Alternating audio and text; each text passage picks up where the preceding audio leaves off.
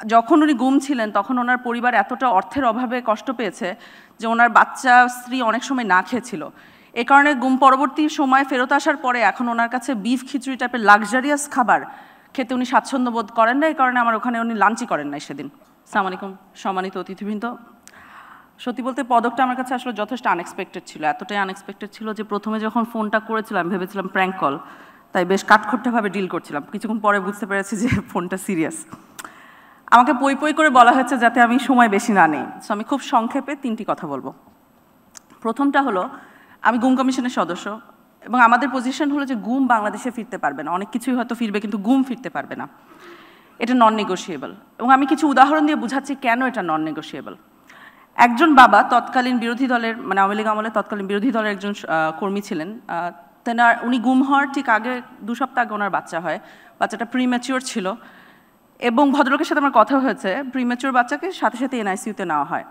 তো বাচ্চাকে কোলে নেওয়ার আগেই উনি গুম হন এবং আমাকে বলেছিলেন যে আয়নাঘরে ওনাকে একটা ছোট বোতল দেওয়া হয়েছিল, পানির বোতল। উনি ওই যতটুকু সময় গুম ছিলেন, ওই যখনই ওনার বাচ্চাকে খুব মিস করতেন তখন ওই পানির বোতলটা এভাবে করে কোলে নিয়ে বসে থাকতেন এবং সেটা দিয়ে উনি ওনার বাচ্চাকে স্মরণ করতেন। আরেকজন বাবা গ্রামের সাধারণ কবিরাজ আমার অফিসে এসেছিলেন, দুপুর হয়ে গেছিল, আমি ওনাকে বিফ খিচুড়ি লাঞ্চ হিসেবে অফার করেছিলাম। উনি খেতে কিছুতেই রাজি হননি। তখন আমি জিজ্ঞেস করেছি তুমি খাবেন না কেন? তখন বলেছিল যে যখন উনি গুম ছিলেন তখন ওনার পরিবার এতটা অর্থের অভাবে কষ্ট পেয়েছে যে ওনার বাচ্চা স্ত্রী অনেক সময় না খেয়েছিল।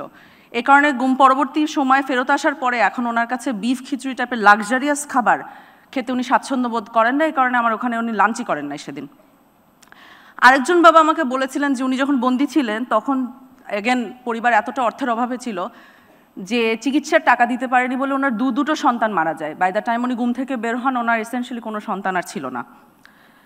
গুম যে ধরনের ক্ষত তৈরি করে সমাজে সেগুলো চোখে দেখা যায় না, কিন্তু সেগুলো ফিল করা যায়। এই কারণে গুম আর থাকতে পারবে না বাংলাদেশে। এটা হলো নন নেগোশিয়েবল একটা ইস্যু। এটা ছিল আমার প্রথম পয়েন্ট। দ্বিতীয় পয়েন্ট হলো, এই লড়াইয়ে খুব নীরব কিন্তু সবচেয়ে শক্তিশালী সৈনিকরা হলো নারীরা। কারণ যখন কোনো ব্যক্তি গুম হয় তখন তার পক্ষ হয়ে লড়াইটা কে কন্টিনিউ করে, কে বাঁচিয়ে রাখে তার মেমোরি, কে তার বাচ্চাদেরকে আগলে ধরে রাখে, কে জিডি করে, কে কোর্ট কাচারিতে দৌড়াদৌড়ি করে, কে সংসারের হাল ধরে, সর্বক্ষেত্রে উত্তরটা হলো নারী। অতএব মায়ের ডাকের তুলিয়াপা বা ধরেন ব্যারিস্টার আরমানের স্ত্রী, ওনারা শুধু কিন্তু একক নাম না, ওনারা হলেন প্রতিরোধের প্রতীক এবং এই রেকগনিশনটা আমাদেরকে দিতে হবে। ইট ইজ ভেরি ট্রু যে নারীদের কালেকটিভ পুশব্যাক ছাড়া গুম বাংলাদেশে এরাডিকেশন সম্ভব না এবং নারীরা এই পুশব্যাকটা করেছে গত 16 বছরে আওয়ামী লীগ আমলে এবং সে কারণে হোপফুল ইনশাআল্লাহ আমরা গুমের এরাডিকেশন দেখতে পারবো। এটা হলো আমার দ্বিতীয় পয়েন্ট। তৃতীয় এবং সর্বশেষ পয়েন্ট আসলে কৃতজ্ঞতা প্রকাশ। কোনো ক্রমেই সম্ভব না যে এই পদকটি আমার একক অর্জন, এটি একটি সামষ্টিক অর্জন। গুম কমিশনের আমার সহযোদ্ধারা ওনারা দিন রাত কাজ করে যাচ্ছেন, এই স্বীকৃতি তো তাদের বটেই, তবে অলসো পাশাপাশি আইন শৃঙ্খলা রক্ষাকারী বাহিনী এবং নিরাপত্তা সংস্থার অনেক ব্যক্তি আমি জানি তারা খুব সাহসের সাথে জীবনের ঝুঁকি নিয়ে আমাদের পাশে দাঁড়িয়েছেন, ইনসাফের পাশে দাঁড়িয়েছেন।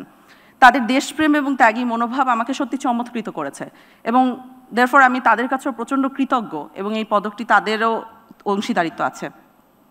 এই সাহসের ধারায় স্বাভাবিকভাবে আমার নিজের পরিবারও আছে, বিশেষ করে আমার আম্মু। তিনি বেঁচে থাকলে আজকে মনে হয় আমার থেকে বেশি খুশি হতেন এবং অলসো আই থিঙ্ক উনি এনশিওর করতেন this doesn't get to my head so that I remain quite grounded, এটা করতেন। I am very grateful to my whole family.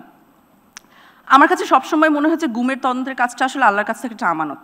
অর্থাৎ যদি এর ফলে ভবিষ্যতে কোনো বাবা পানির বোতল কোলে নিয়ে নিজের প্রিম্যাচিওর সন্তানের অভাবটা পূরণ করতে না হয়, দ্যাটস ইনাফ, তাহলে আমরা সাকসেসফুল।